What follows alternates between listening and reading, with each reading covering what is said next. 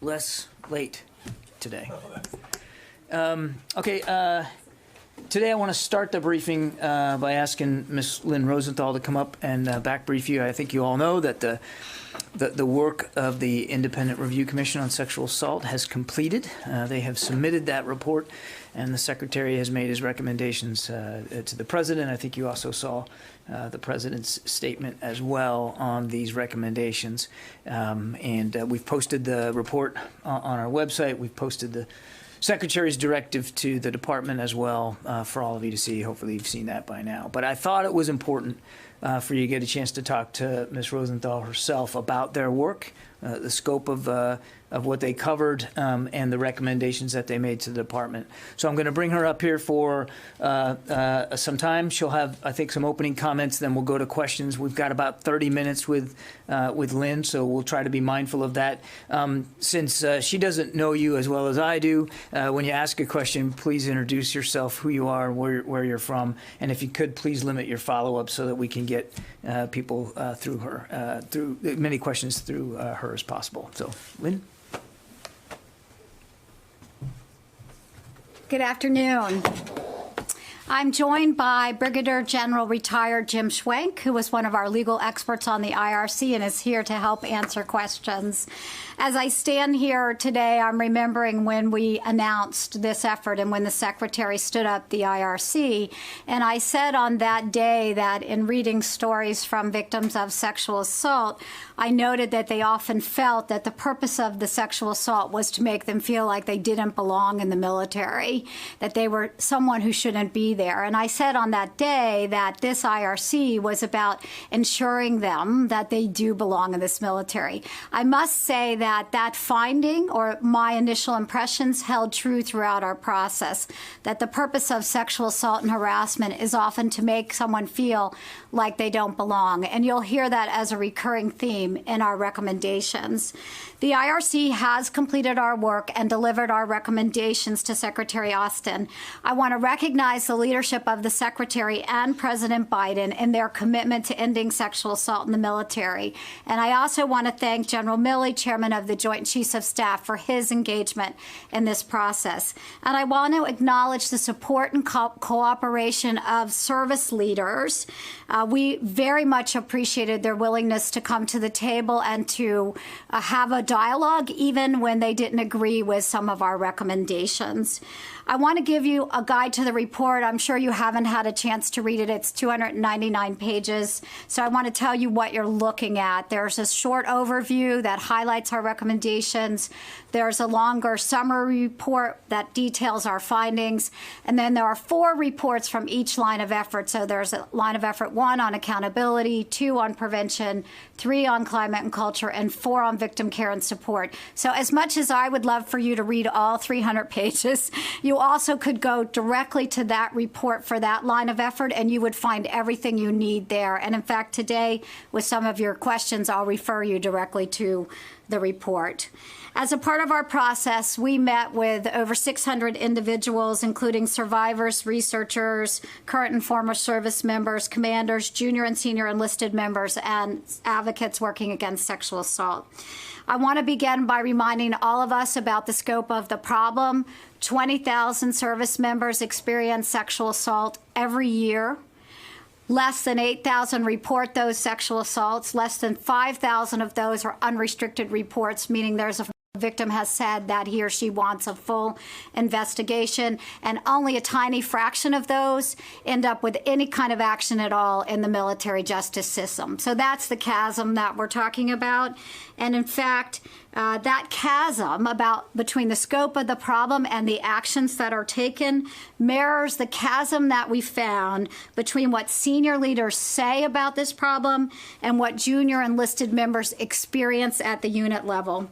For decades, service leaders have said that there is no tolerance for sexual assault. But in practice, all too often, there is nothing but tolerance. As one senior enlisted officer told us in our listening sessions, 0 tolerance actually means 100% tolerance. This has resulted in broken trust between junior enlisted members and their commanders. We also found that the military justice system is not well equipped to handle sensitive crimes like sexual assault and domestic violence. These crimes are interpersonal in nature and have the potential to be re-traumatizing for victims as their cases move forward, so they need specialized care and handling.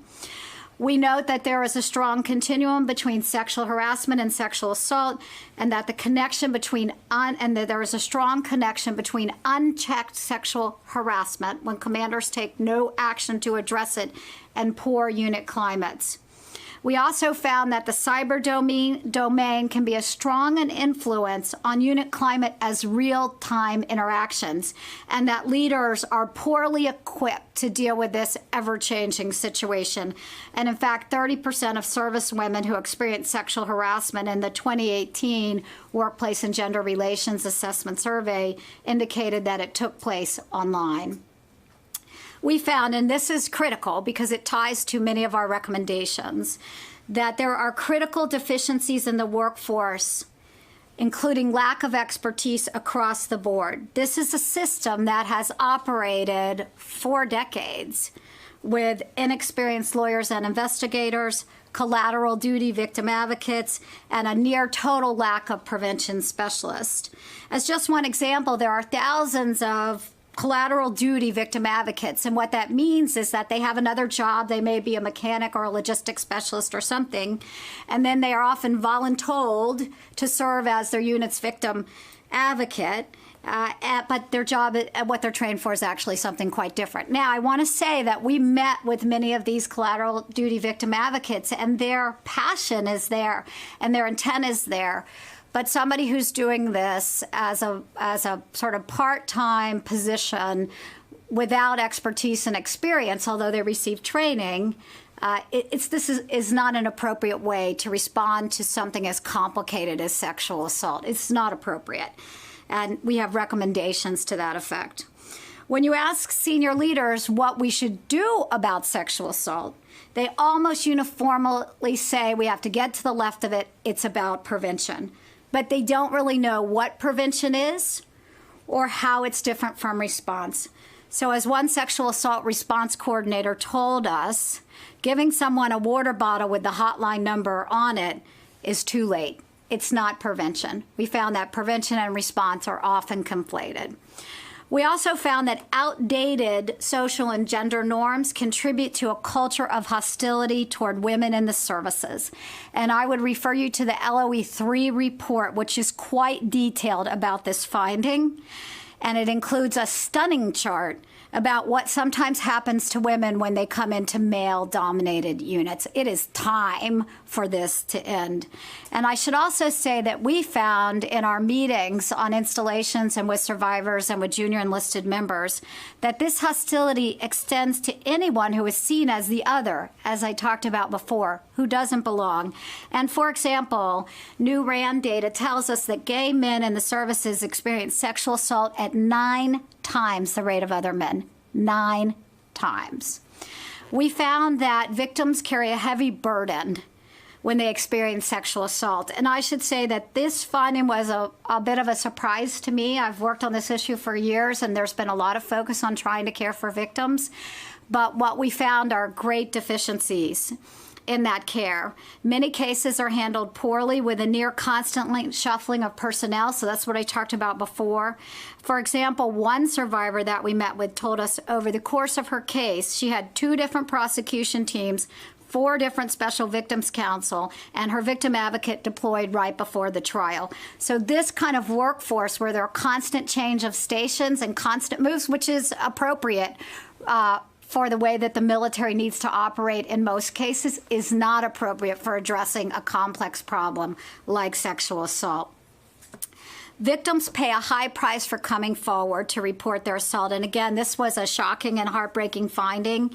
Every survivor that we talked to who had made an unrestricted report, which means it would be fully investigated, told us they regretted it.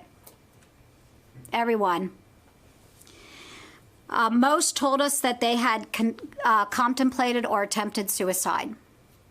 And, you know, it's true for sexual assault victims wherever we find sexual assault, that there's a high correlation with suicidal ideation. But what's different in the military is that 24-hour nature of life. If you're sexually harassed or sexually assaulted, you can't just leave. You can try to get your commander to follow protocol to have you transferred or to have the alleged offender transferred. But if that process isn't working well, you can't just leave because, in fact, it's a crime for you to leave. So what we note is different.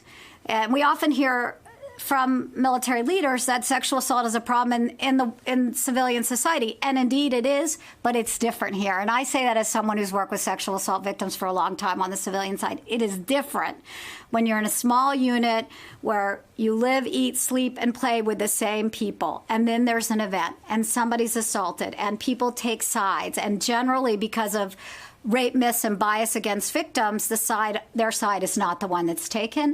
And then they're bullied, ostracized, and that's when they start to feel suicidal because they feel trapped and they have no way out. I do want to say we believe that we can change this. This is not a hopeless situation. To address these deficiencies, we've made 28 recommendations and 54 sub-recommendations. So I just want to give you a few of the highlights. We've recommended shifting prosecution decisions to special victim prosecutors outside the chain of command, and we've, I think, talked about that before. There's a detailed explanation of how we envision this could work in the LOE1 report, and Jim Schwenk is also here to help answer questions. When it comes to prevention, leaders are the linchpin to success, but they have not been equipped to lead with key competencies rooted in primary prevention science. So when they say prevention is the solution, we would say, yes, it's the solution, and there's a science behind prevention, and leaders need to be equipped with that science. You can learn all about that in the LOE2 report, which in fact is a blueprint on exactly how the department and the services could implement a prevention workforce. This is an investment, but we think it's an investment worth making. We've made a series of recommendations to improve unit climate, including better methods to select, develop, and evaluate leaders, enhancements to the climate survey process, which I think we talked about here before, and greater transparency about disciplinary actions. The LOE3 report will tell you much more about those. We've made a series of recommendations addressing the handling of sexual assault, and those cross over lines of effort. And we've made a series of recommendations to improve victim care and support those dynamics I talked about earlier. Those recommendations include shifting sexual assault coordinators and victim advocates out of the command structure, largely eliminating collateral duty victim advocates, although you might need them in isolated deployed environments or on ships. This kind of independent advocacy where someone is 100% focused on the victim and reporting outside of the command structure is a best practice. It's what victims need, somebody 100% on their side. At the same time, those sexual assault response coordinators and victim advocates should continue to serve as key advisors to commanders. So the command responsibility remains taking care of their people, ensuring that victims are treated fairly, interrupting this pattern of bullying and ostracizing that victims often experience. They'll have on their team a victim advocate who's independent of command but is still their key advisor. We believe this is critical, and it mirrors the Fort Hood report. When survivors are believed and cared for by commanders, it is life-saving. We witnessed this and heard about it in our survivor interviews. It's not even so much the actual outcome of the case, but how the survivor was treated as the case moved forward. Many survivors dream their whole life of serving in the military. And even after their sexual assault, most wanted to stay and do their jobs. But they need care, understanding, and flexibility to do so. And they need to know that their commander has their back. And the recommendations in LOE4 describe that in great detail. Lastly, I wanted to just mention the need to highlight the response to domestic violence. Domestic violence and sexual assault are integrally tied together. 30% of active duty women have experienced violence from an intimate partner. That often includes sexual violence, and when sexual violence occurs in a domestic violence relationship, it is an indicator of increased lethality. So we need to be paying attention to these two problems together. I would just end by saying that commanders are essential to implementing all these recommendations. Most importantly, commanders are the key to improving unit climates, changing the culture, protecting victims from negative consequences of reporting sexual assault.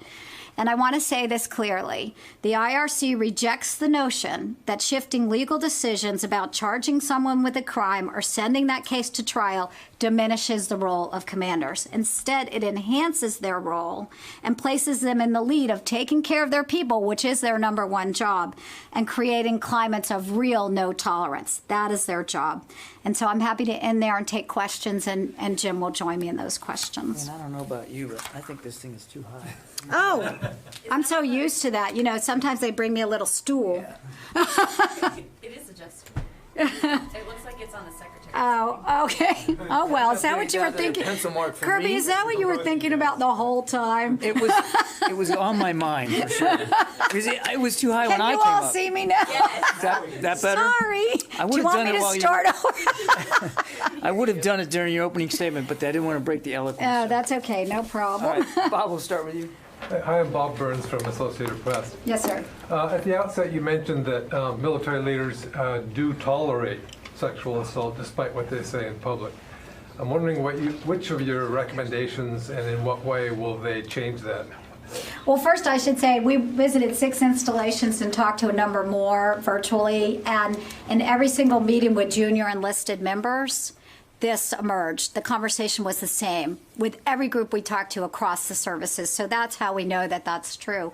And our focus in LOE 3 on really equipping and training leaders will make a difference. So selecting the right leaders, using qualitative and narrative feedback to select the right leaders, develop them on this particular issue with key competencies, and then evaluating them on how well they're doing.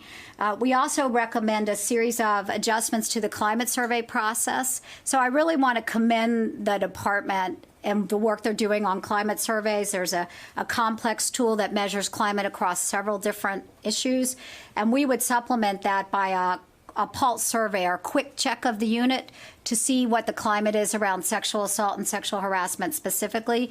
And then when we can measure it, we can get commanders' assistance in addressing it. Thank you. Nick? Nick Schiffrin, PBS NewsHour. Hey, Lou. So, you know, off of Bob's question, and then I have one that's beyond the scope of the report.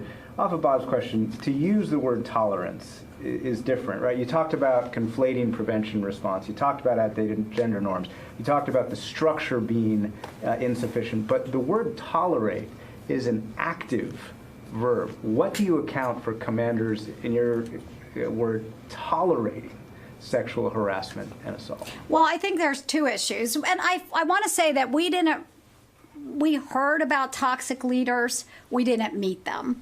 Many commanders that we talked to just didn't know what to do. They recognize that the problem is beyond their scope. So I want to say that from the onset.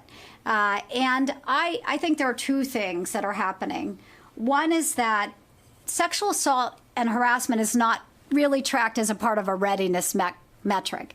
So it's tracked in a lot of ways within DoD and the services, but not within the main effort. So that's what's key, is integrating. And the former commanders who served on our task force said that we have to integrate this into the main effort and track it as a part of readiness. So you have to pay as much attention to this as you do to your broken down vehicles, right? That's what this is about. Do you have your workforce in order? Have you done your climate surveys? Have you addressed deficiencies? Do you have people in your unit that are awaiting some sort of judiciary proceeding related to sexual harassment or sexual assault? So I think integrating it, and there's much more detail about that in LOE 3, gets to that piece. And the other is, I think they just don't know what to do. You know, much of this is why you have to have an experienced workforce to advise commanders, because much of it is not intuitive, or it's hard to understand sometimes why victims do certain things that they do, and they do those things as a way to protect themselves, but it's hard to recognize that. They also are not trained in trauma. They don't understand the effects of trauma on the brain and how that makes people behave. So I think it's all about equipping them with those key competencies. So when you say tolerance is active, I don't necessarily believe in many cases that's hostile. I think it's all of that sort of toxic stew of not having the skills, not understanding it, not being properly trained. And I think they want to get better at it. The other piece I noted with these very well-intentioned commanders is that when they step in, they want to take charge. And so then they start telling the victim everything that he or she should be doing, and that's not the right approach either. So that's why the reason we're hopeful is because those things can be addressed, right? Well-intended commanders who need more information, need stronger competencies, but also the integration into the main effort. If we can integrate this and think of it as part of the main effort, that will go a long way to addressing that tolerance. And then beyond the scope of this report is, of course, the question of other felonies, right? So as you know, Senator Gillibrand's legislation calls for not just sexual assault and harassment, but other felonies, other crimes to be taken out of the chain of command. The chairman, the service secretaries have resisted that. Do you believe that in order to fix this problem, you actually need to go beyond just sexual assault and harassment felonies, that all felonies need to be taken out of the chain of I command? just have to say that we didn't address that problem. That was beyond our scope. We were charged with addressing sexual assault and harassment, and where we broadened it to include domestic violence, it was because that's where our data led us. So we didn't assess the larger picture. And I don't know, Jim, if you want to add to that. I'd just say from the LOE1 perspective, when we wrote the report, our report, and the other members, we briefed them on it and they voted on it. Our perspective was that, you want me over here? I'm getting stage directions from the back. Our perspective was that the problem, the sexual harassment, sexual assault problem, could be handled by the recommendations in this report. If those recommendations are implemented fully, they're integrated, because you can't just do prevention and not do climate. You know, you can't do climate and prevention and not do accountability. And you got to back up what you say with what you do on how you take care of victims. So victim care and support. If you can do all that, we think that will, I mean, you're never going to have zero, but it will greatly reduce and make a significant positive effect on the lives of the junior enlisted men and women in the military. We believed it, and that's why we wrote it the way we wrote it. Hi, Ms. Rosenthal. When you were talking about the report, you said that the attacks, the assaults and the harassment were often done to make the victim feel like they did not belong in the military. In your work, did you also find that the response and the investigation by commanders and by units also left those victims feeling like they didn't belong? Sometimes when commanders, what we often heard about was the commander was ignoring what was happening in the unit, which is that everybody was picking sides and often not the victim's side. And so the victim felt very isolated and alone, and that's when we identified that suicidal ideation as a part of that whole picture. And then secondly, by taking the investigation and prosecution out of the chain of command, how do you envision like a permanent staff where they're not PCSing out, and how do you see that maybe cost being funded? I'm going to turn to Jim again. Okay, so that's the specialization within the military justice system and the military criminal investigative organizations. Right now, they have a mass of requirements, military justice being part of it, and except for the Navy on the military justice, the lawyer side, they do not have specialists in military justice and criminal law. So you get a bunch of young people that come in, well-intentioned, smart, aggressive, dynamic, no experience. We had several judges retired. We didn't talk to any active duty judges, but retired judges, military judges, who said that that the Achilles heel of military justice is inexperience. And so the whole specialization effort, which we wrote about in recommendation 1.4, is repeat the people in the military justice billets. If they have the ability, so it's not everybody that gets. If they have the ability and they have the interest, they apply, a board looks at them, they get selected, and then you have billets set aside where these people can repeat back and forth in military justice, so you develop that expertise. It's not going to be that many more billets. Because we already have a caseload and the prosecutors, defense counsel, et cetera, to handle that caseload. If the caseload for some reason went up significantly, then obviously you'd have to change it, but we don't anticipate it would. So it's not more billets, it's better use of those billets and keeping people, as you said, in the billets so they can gain that experience. I was fortunate to be on an LOE with 2 people, one of whom 15 years in the Dallas prosecution office. 15 years doing these kinds of cases. And you put that up against, when I did them, 2 years. It's not fair. And so that's our recommendation. I hope that helped answer it.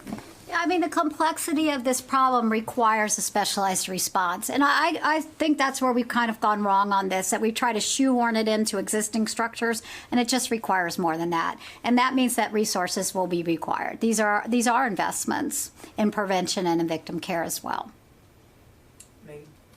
You mentioned the commanders being frustrated about not having the tools or the experience to be able to set their own programs. What specifically were their frustrations? Was it finding good training or standing up a good program? And what was their feedback about the idea that some of these things would no longer become their responsibility? Well, I'll turn to Jim on the last one. Just take the first part of your question.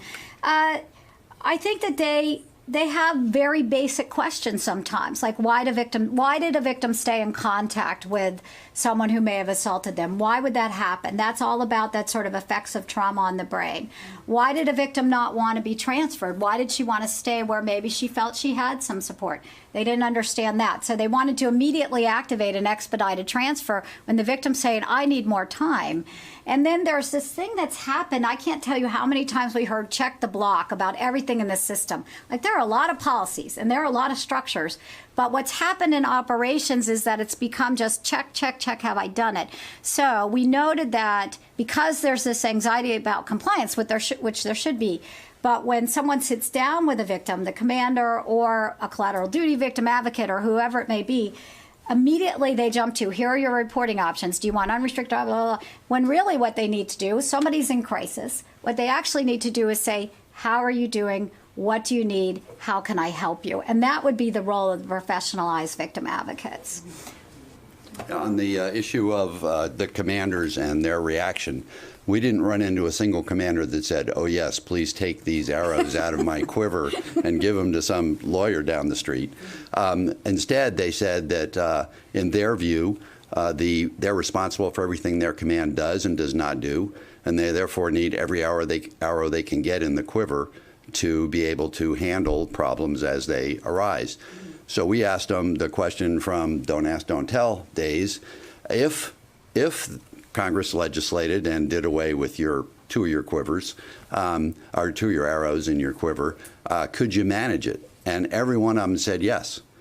So there might be an adverse effect, within a unit here or there, but the commanders told us they could manage it. We also noted that the department, Congress and the department, have a long history of withholding arrows out of quivers in the Department of Defense. I mean, currently, if you're a lieutenant colonel and you think you're pretty cool and you're a battalion commander and you have a sexual assault problem, you are not taking, when you reach for that arrow of, I'm going to take this to a court-martial, there's no arrow there.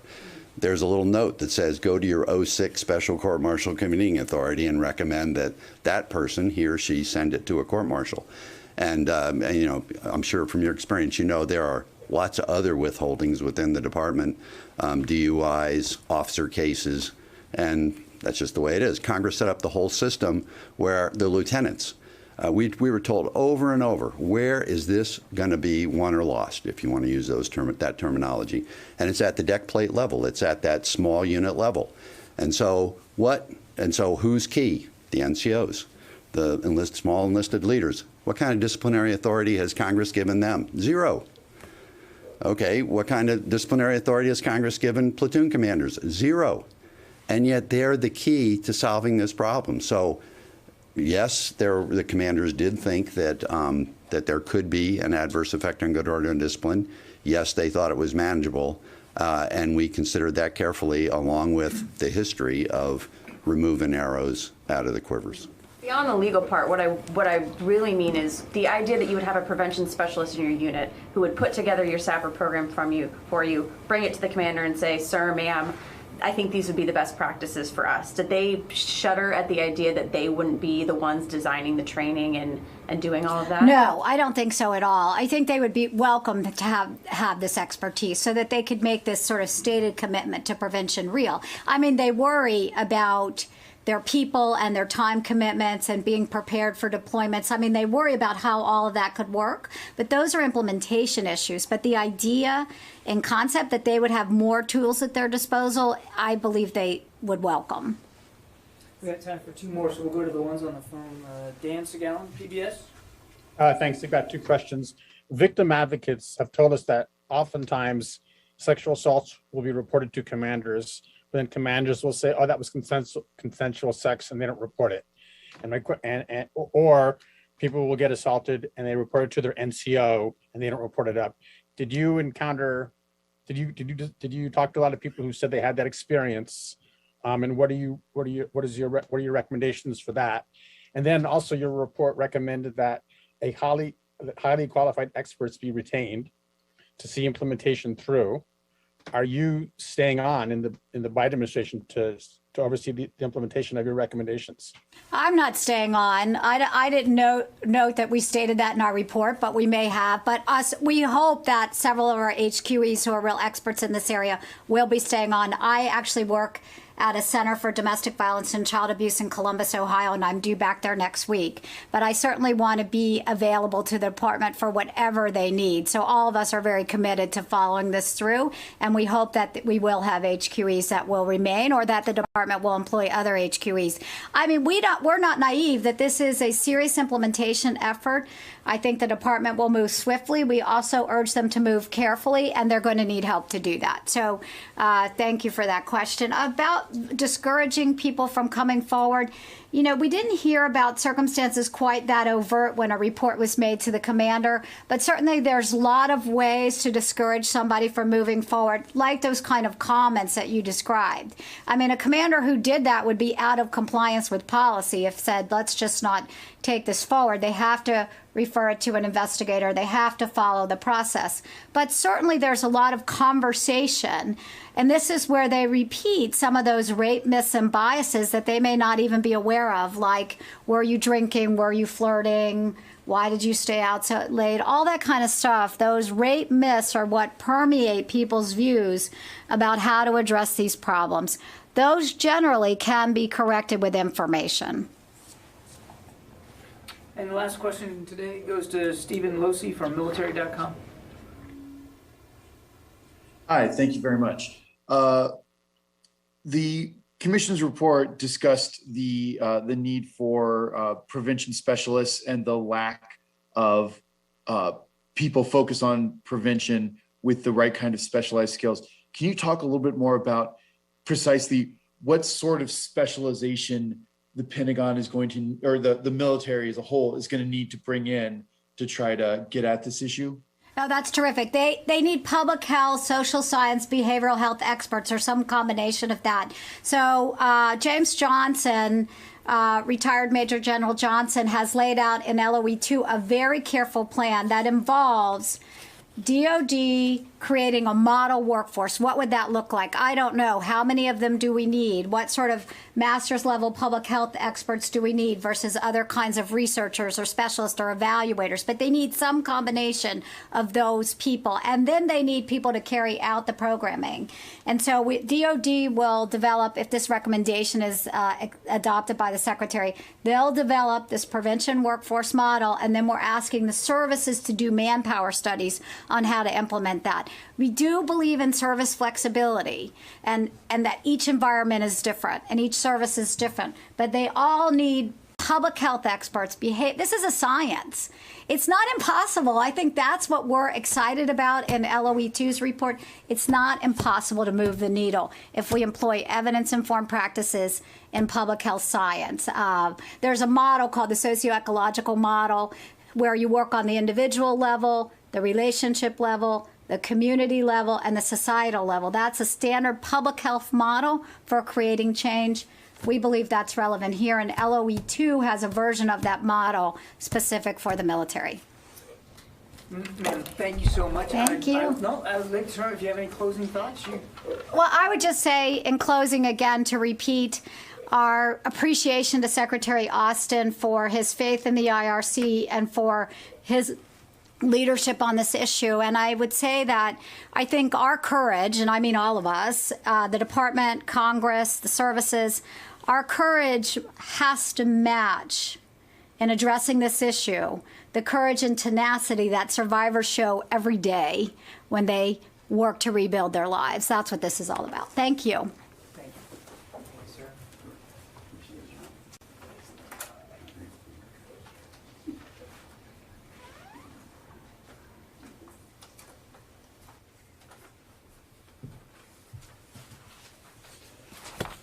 Okay, some things to get through at the top here. And I want to start by reiterating the Secretary's gratitude for the professionalism and the hard work of every member of the Independent Review Commission. Certainly, Ms. Rosenthal's leadership and expertise proved critical here to producing this comprehensive report that we're going to be working through in the weeks and months ahead in terms of implementation and review and assessment of those recommendations. And the Secretary, again, is very, very grateful for all the effort that they put into it. And he maintains and stands by his goal to not be afraid to think creatively and to lead some change here. He has talked about this being a leadership issue, and he has made that clear throughout. And I think you can expect to see his personal involvement in leading this change going forward. So again, we offer our sincere gratitude to everybody on the IRC for everything that they did. Now, shifting gears, let me just give you an update on Afghanistan.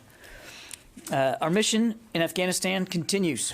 We continue to execute a safe, orderly drawdown in accordance with the President's guidance for U.S. forces to be out of Afghanistan by the end of August. The safe, orderly drawdown enables us to maintain an ongoing diplomatic presence, support the Afghan people and the government, and prevent Afghanistan from once again becoming a safe haven for terrorism that threatens our homeland. As part of our ongoing drawdown process, the Secretary approved a plan today to transfer command authority over our mission in Afghanistan from General Scott Miller to General Frank McKenzie. We expect that transfer to be effected later this month. General Miller will remain in theater in coming weeks to prepare for and to complete the turnover of these duties and responsibilities to General McKenzie. Importantly, General McKenzie will retain all existing authorities as commander of U.S. forces in Afghanistan. He will continue to exercise authority over the conduct of any and all counterterrorism operations needed to protect the homeland from threats emanating out of Afghanistan. And he will lead U.S. efforts to develop options for the logistical, financial, and technical support to Afghan forces once our drawdown is complete. Now, as part of this new arrangement, the Secretary also approved the establishment of U.S. Forces Afghanistan Forward to be led by Navy Rear Admiral Peter Vasley. Rear Admiral Vasley's command will be based in Kabul and will be supported by Brigadier General Curtis Buzzard, who will lead the Defense Security Cooperation Management Office, Afghanistan. That office will be based in Qatar and will administer funding support for the Afghan National Defense and Security Forces, to include over-the-horizon aircraft maintenance support. This change in leadership structure and the turnover today of Bagram Air Base to the Afghan National Defense and Security Forces are key milestones in our drawdown process, reflecting a smaller U.S. force presence in Afghanistan. That presence will remain focused on four things over the course of the coming period. 1, protecting our diplomatic presence in the country. 2, supporting security requirements at Hamid Karzai International Airport. 3, continued advice and assistance to Afghan National Defense and Security Forces as appropriate. And 4, supporting our counterterrorism efforts.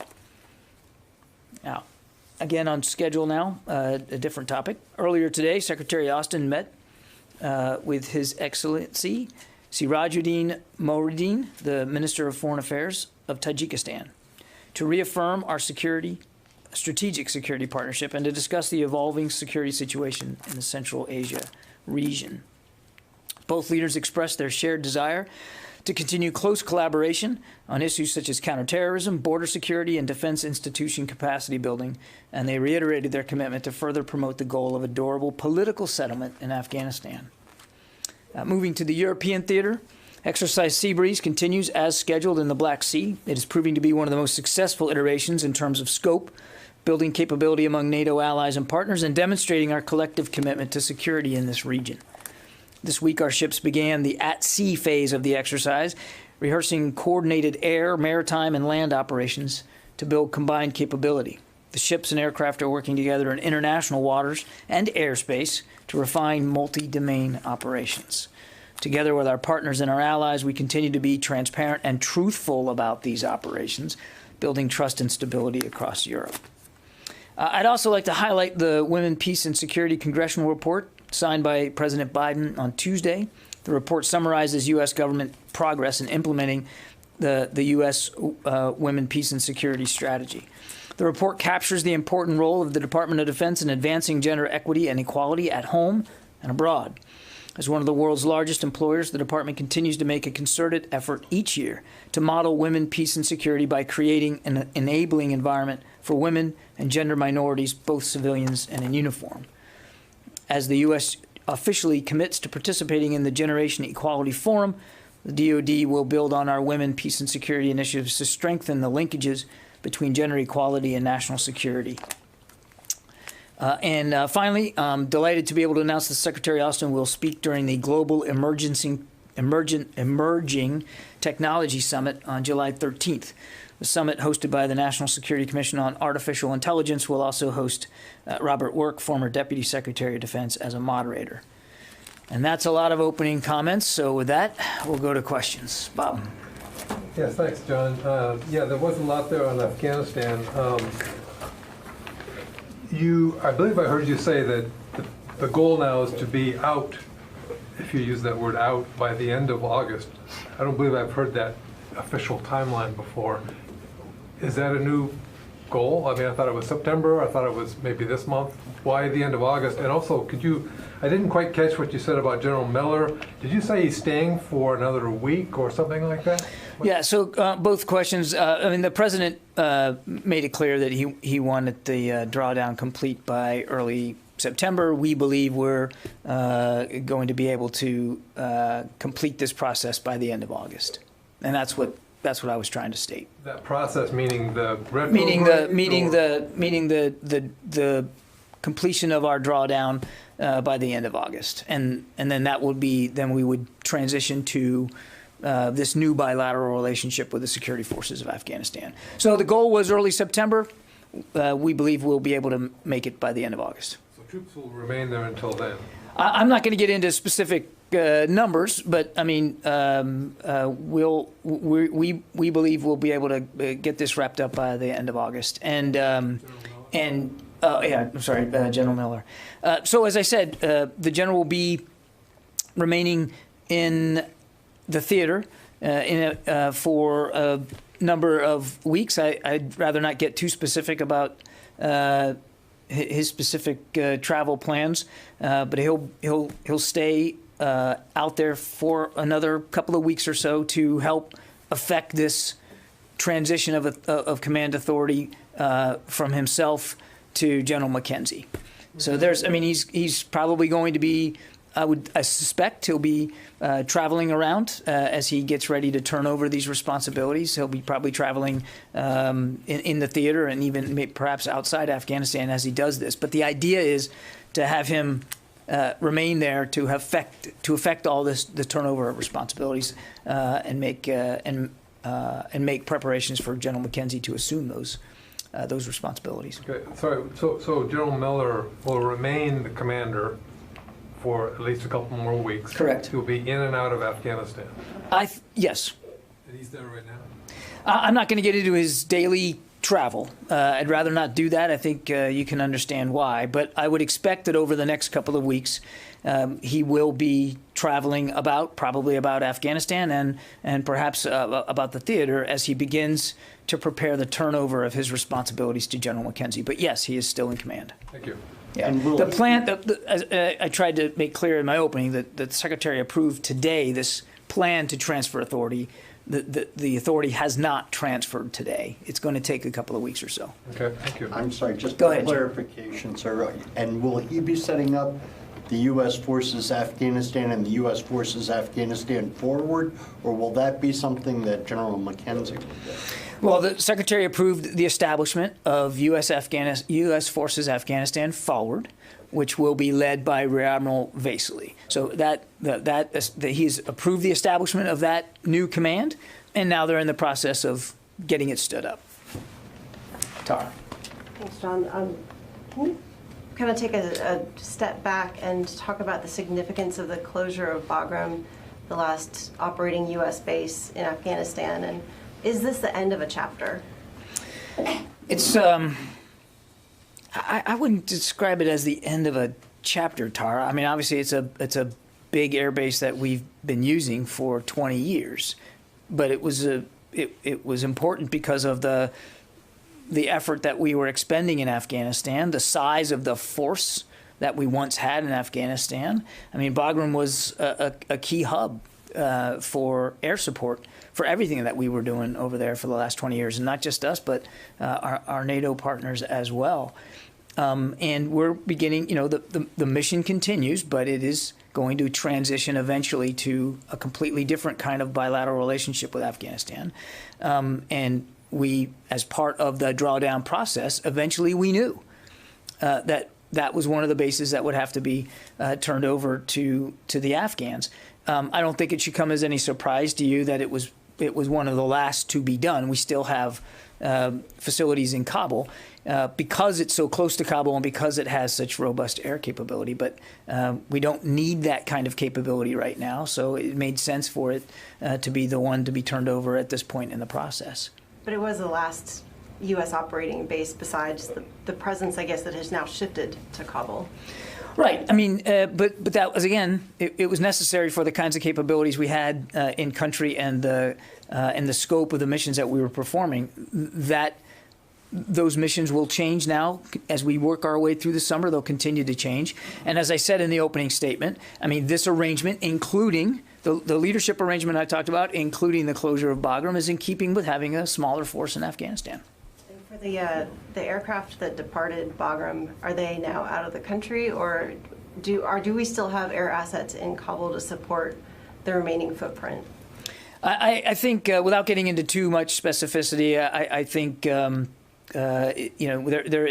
are some aviation elements that we retain at the airport, but in terms of the kinds of strike capabilities that I think you're talking about, those are no longer in Afghanistan. I won't detail where every aircraft has gone, but I would remind, as we said this before, we have a robust footprint in the region, even outside Afghanistan, and we still have the capability to conduct over-the-horizon missions as necessary for counterterrorism. And just one last for now. Once we hit the end of August and troops have completed the departure, will there be any sort of enduring over-the-horizon support for Afghan forces? Will there still be an authority for U.S. forces to conduct air support for Afghan forces if they are come in contact with the Taliban? I don't want to get that far ahead of our process. What I can tell you now is that those authorities still exist. And General Miller still has those authorities. And as I said in my comments, when he transfers command authority to General McKenzie will retain those same authorities. Okay. Let me go to somebody on the phone there. There's quite a few. Carla? Hey, John. Thanks for doing this. Just some housekeeping. First let's talk about Syria real quick for my Persian service. Can you give us any more details? Are you any closer to confirming that KH or some other specific Iranian-backed militia were responsible for those rocket attacks in Syria? And then I have a follow on Afghanistan. I mean, without getting into specific attribution, I think, as we said at the time, that we were confident that those structures, those facilities, were being used by Iran-backed militias to attack our people, our facilities, and our Iraqi partners, and we're confident in that. I'm not going to get into specific attribution beyond that right now.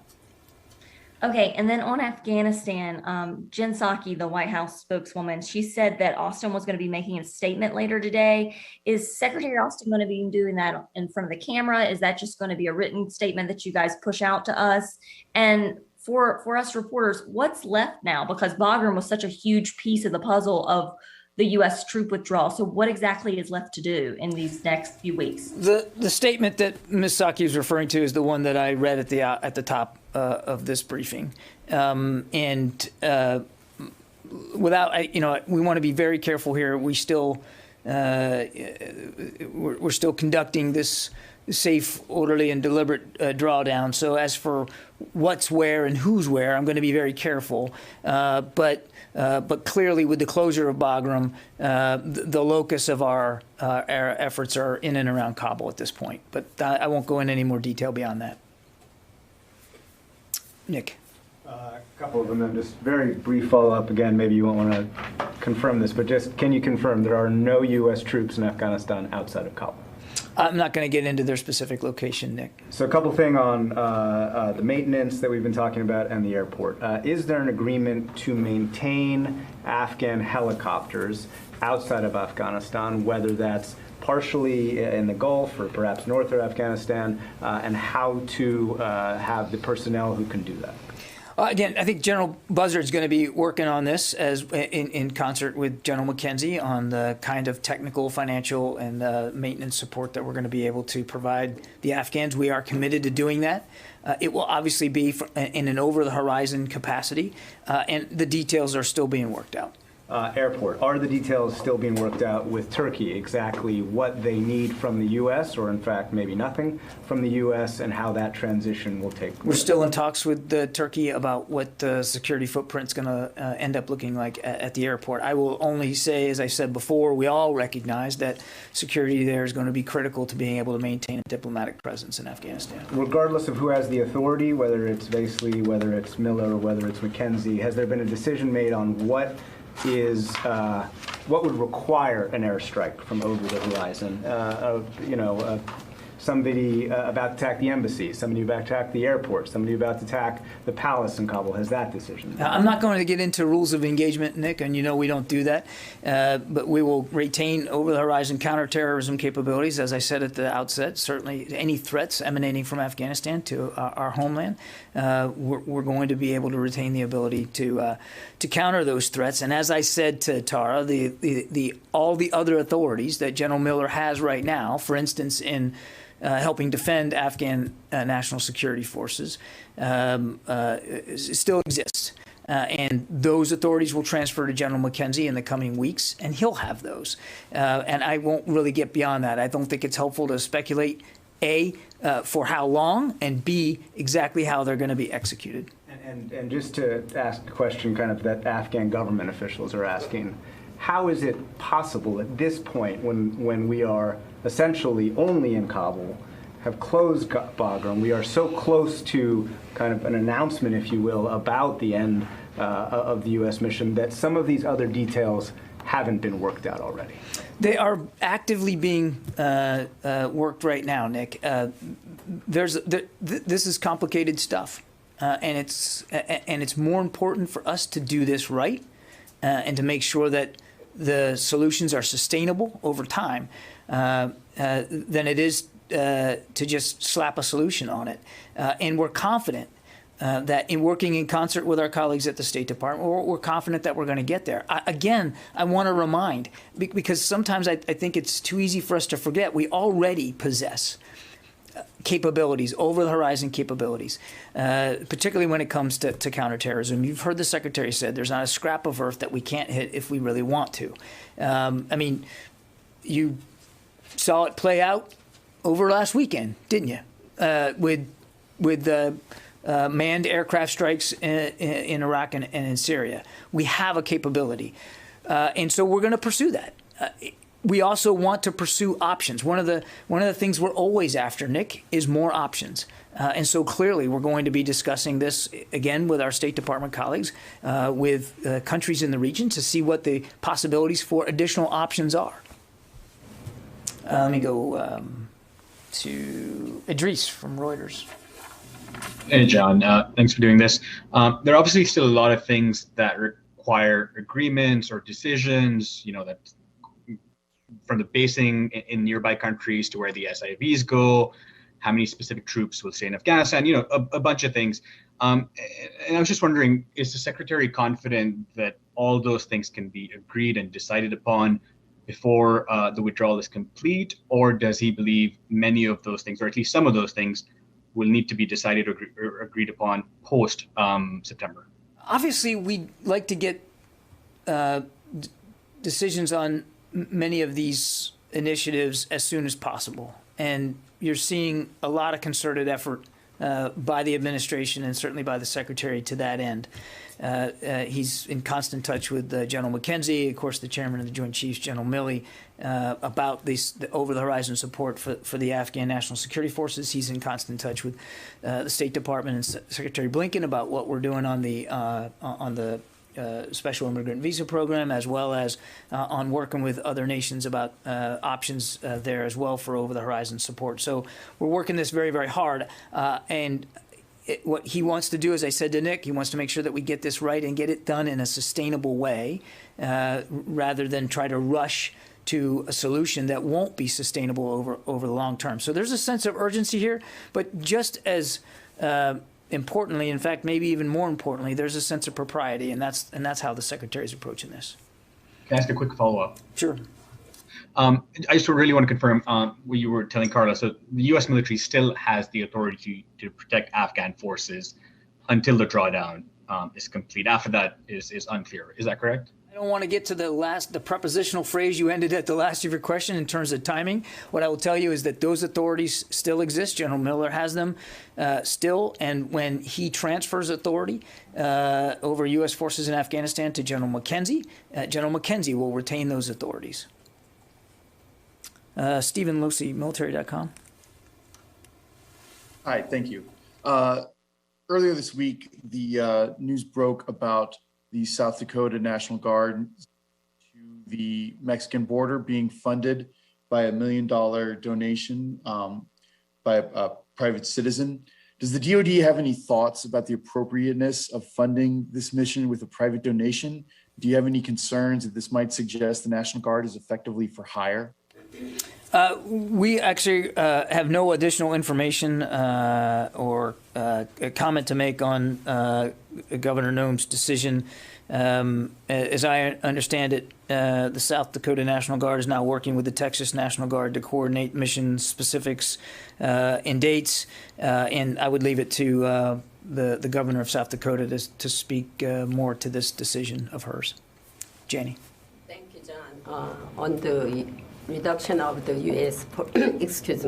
on the reduction of the U.S. forces in Korea, South Korea, the U.S. Congress proposed the legislation to restrict on the reduction of U.S. forces in South Korea.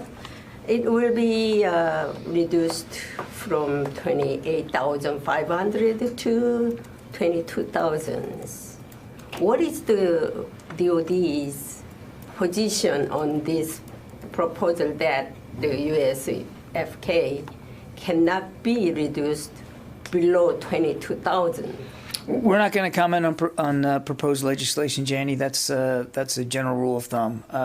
So I won't comment specifically on that. The only thing I would say is, well, two things. One, if there's a law passed that makes such a restriction, we're going to obey the law. Number two, we remain fully committed to our alliance with South Korea. And part of that commitment means having appropriate readiness on the peninsula, as we say, ready to fight tonight. And that means having appropriate force levels. And what the Secretary's focused on is making sure that we are ready in all respects, to meet our security requirements to the people of South Korea. As you know, there's a global force posture review ongoing. We expect that work to continue through the summer, and I have no doubt that one of the things they'll be looking at as they look at the Indo-Pacific region is our presence on the peninsula and whether we think that that's appropriately resourced to our strategy and to the threats and challenges that are there. Why the defense budget cannot use this for, defense budget for 2010? Why can't the defense budget use what? These reductions for the South Koreans. Usually, Congress they said the defense budget cannot use for the reductions of U.S. FK. Look, I'm not a parliamentary expert here, so I don't. I think if I understand your question, you're asking why can't they use the NDAA to put this idea in it? If that's your question, I don't know the answer to that. It's probably better left to somebody who's more educated on this process than me. But again, we obey the law, and we're not going to comment on proposed legislation. But when proposed legislation becomes law, we obey that law. Separate and distinct from that, our focus is on making sure we can meet our security requirements and commitments on the peninsula, and that's where the Secretary's head is. And again, our Global Force Posture Review will be a chance for us to take a look at resourcing on the peninsula and whether we have that right, given the threats, given the challenges, and given the strategy that we want to pursue in the Indo-Pacific region. Does this number include the regular rotation of troops, or? Again, I'm not going to talk about the proposed legislation, the details. We have, I think 28,500 right now, right? 22 to 22,000, so there will be 6,500. You're asking if it gets reduced, what that would look like? Again, that's very speculative right now. We're not in a position to talk about that with any great detail. Thank you. You're welcome. Dan Segallen. Is General Miller going to Tajikistan? I'm not going to, Dan, I'm not going to talk about General Miller's travel over the next couple of weeks. I think you can all understand why we wouldn't do that. As I said, he remains in command. He will remain in command as he begins to prepare the turnover responsibilities to General McKenzie. Some of that turnover process will likely include some travel on his behalf, but we're not going to get ahead of that travel or speak to the details of it. Okay. Yeah, Lucas. John, the New York Post is reporting that the Defense Department gave about $42 million to the Echo Health Alliance, the nonprofit that funneled money to the Wuhan Institute of Virology for coronavirus research, and that included research on countering biological weapons. Can you confirm that? Just saw the story. I'll take the question. One more, just to follow. Do you know where former Defense Secretary Rumsfeld will be buried? I will leave that discussion to the family. It's really that's for the family to speak to. And again, our thoughts and prayers go out to the former Secretary Rumsfeld's family, loved ones, and friends. We will respect their privacy and their ability to speak to how they want to handle that. Yes, ma'am. Thank you. Two questions, both on Turkey. One, Turkey rejects and regrets that U.S. placed Ankara in the list of countries using child soldiers in armed conflicts. And very brief from the statement, striking example of hypocrisy, double standards, as the U.S. openly aids, provides weapons to PKK-YPG that forcibly recruits children, says Turkey. And what is your response? And then I'll go ahead and ask another thing. Well, I can make this one easy. That's really a question better put to my State Department colleagues, not for the Defense Department. What's your second question? Thank you so much. Tomorrow, Turkey's President Erdogan will be launching construction of a controversial canal, a man-made artificial canal, which is called Canal Istanbul. Will there be an impact on the access of warships? There were discussions over this, and how does Pentagon view it? I have no idea.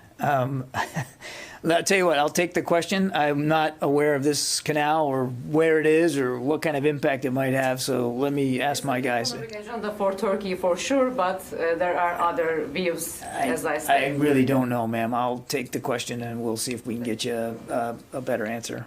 Sorry about that. Yeah.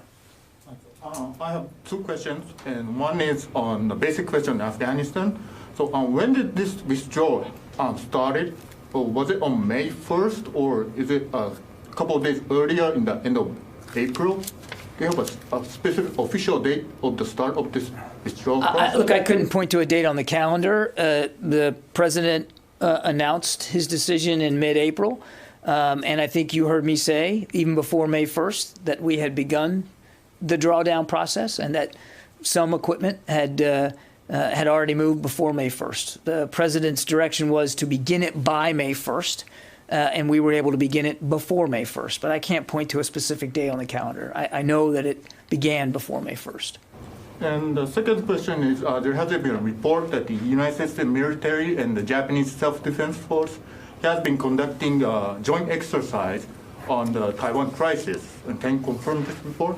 We are, yes, conducting a bilateral exercise with Japan. I'm not going to talk about the specific exercise scenarios. We constantly look for opportunities to prepare, to train, and to improve our interoperability and test our combined capabilities. But I won't speak to specific exercise scenarios. Bob. John, following up on my original question about August, you say that the plan is to be out by the end of August. Is that the same as saying that the plan is to keep forces there until the end of August? I don't want to parse the words too much, Bob. We, as I said at the outset, the president's direction was to be out by early September.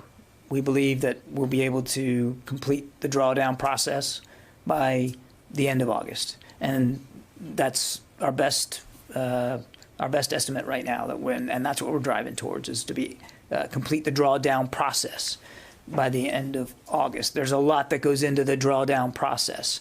I won't speak to specific numbers of troops at any one particular time, but what we want to get to by the end of August is that level of force presence that's required to protect our diplomatic presence there, and that's going to be the focus of that presence when we get to that point. So it's been a moving target. By definition, you said it was going to be September now. So could it be the end of July? I would not want to speculate, but right now we believe that we can complete this process by the end of August. Just to follow up to Bob's question, has the Pentagon been ordered to speed up the withdrawal from Afghanistan? There's been no orders to speed up. It sounds like it is. It was September, now it's August. How should we infer that then? It isn't that big of a difference. Early September to the end of August is not a dramatic difference, Lucas. And as I said, we believe we can be done by then. Was that because some people were uncomfortable with the 9/11 date? Is that why the date has changed? There's no change to date. We have to be out by early September. The president said by early September. Well, you said no change of date. We're going from September to the end of August. That sounds like a change. It's a change of month. I mean, it's not a change of date, and it's based on our assessment of progress to date. And we're trying to be as transparent about it as we can be. I can't give you a date certain in August, but that we believe we'll be able to complete the process by the end of August. So the withdrawal is not being sped up? The withdrawal is not being sped up, no. John, as a follow-up on that, I mean, fundamentally, are we talking about the airport then? Like, if we're, if you say by the end of August, the focus is on diplomats. Right now, we've just closed Bagram. What is left between Bagram and the embassy? It seems like we're talking about the airport, right? I think there's a lot of there's security at the airport is still a concern. Let me just put it that way. And of course, we are still obviously going to be concerned with what the right presence is to protect our diplomatic presence there. And there's still some analytical work being done to this, and again, I won't get into more detail than that. Tara. Follow up on basing. So this week the Secretary has met with the foreign ministers of both Uzbekistan and Tajikistan. are those the two primary candidates for maybe a nearby base for operating and continuing that over the horizon in Afghanistan? I think it's safe to assume that that we, in concert with our State Department colleagues, are talking to neighboring nations and trying to explore over the horizon opportunities that might exist there. And I'll let those two nations speak for themselves, but I think it's safe to assume we are talking to a range of neighboring nations about the possibilities. And specific to Uzbekistan, it's also almost 20 years to the day that U.S. forces first arrived at K2 in response to the September 11th attacks. And many of them subsequently became very sick or died because of the toxic exposure there. Has that been brought up in discussions? If U.S. forces are sent back to Uzbekistan, would K2 be a location, or would there need to be some cleanup there for that to ever be a candidate base? Let's not get ahead of process here. No decisions have been made. I don't think that's helpful to speculate. We are mindful, the Secretary's mindful of the toxic exposure caused by K2. And he has talked about this on more than one occasion with Secretary McDonough at the VA. We know, all of us know, that this has to be taken seriously and that we have responsibilities to the service members who are thus affected. That's never far from our minds. But I won't get into specifics about what facilities might be used in what countries. We're just not at that point right now, Tara. I still got some on the phone here. Tony Capaccio.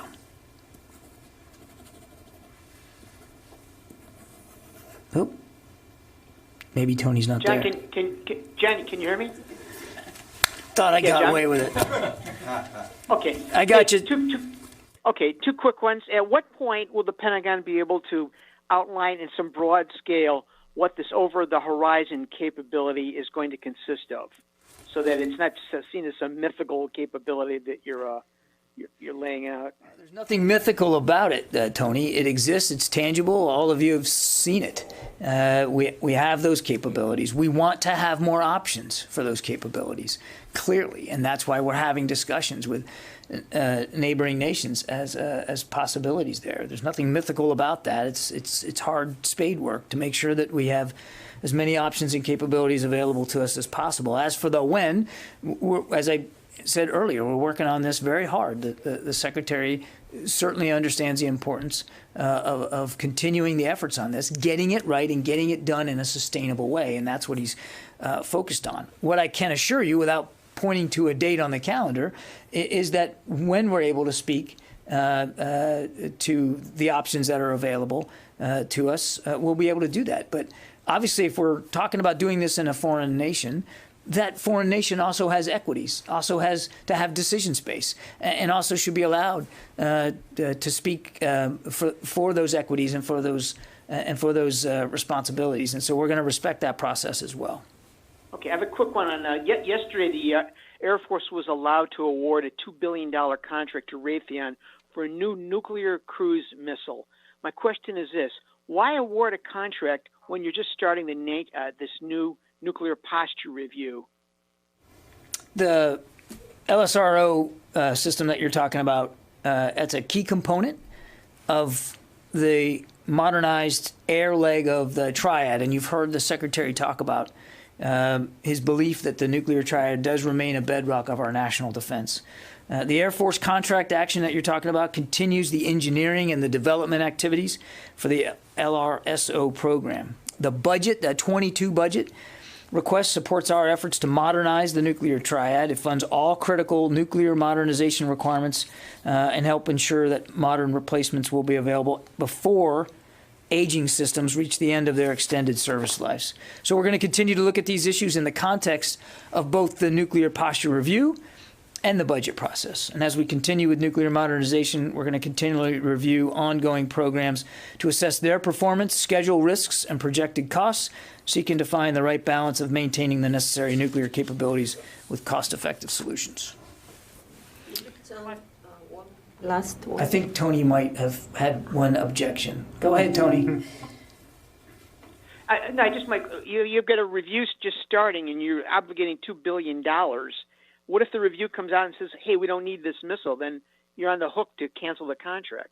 I don't want to get ahead of the review process, Tony, but as I said, we're going to be informed by both the nuclear posture review and the budget process. The budget process also has to be respected, and I think we want to make sure that that as we move forward, it's moving forward in both lanes. And again, I don't know that it would be helpful to speculate about the outcome there, but it's being reviewed and looked at in the context of both of those processes in parallel. Okay, thank you. Thank you, John. Do you have any information about the North Korean leader Kim Jong-un lose weight? No, I do not. Ma'am? Thank you. Apologies if you've already covered this, but as the concerns about the Delta variant rise in the general population, has there been any additional concerns about that spreading within the military? I mean, we're watching the science very closely. I don't have an update for you. We had a briefing here with COVID experts just the other day on Wednesday. I couldn't add to their expertise clearly, but we're watching the science on this very, very closely. Our information tells us that the vaccines that we're administering are safe and effective, and again, we continue to encourage everybody inside DoD to get vaccinated. Thank you. All right. Thank you, guys. Thank you.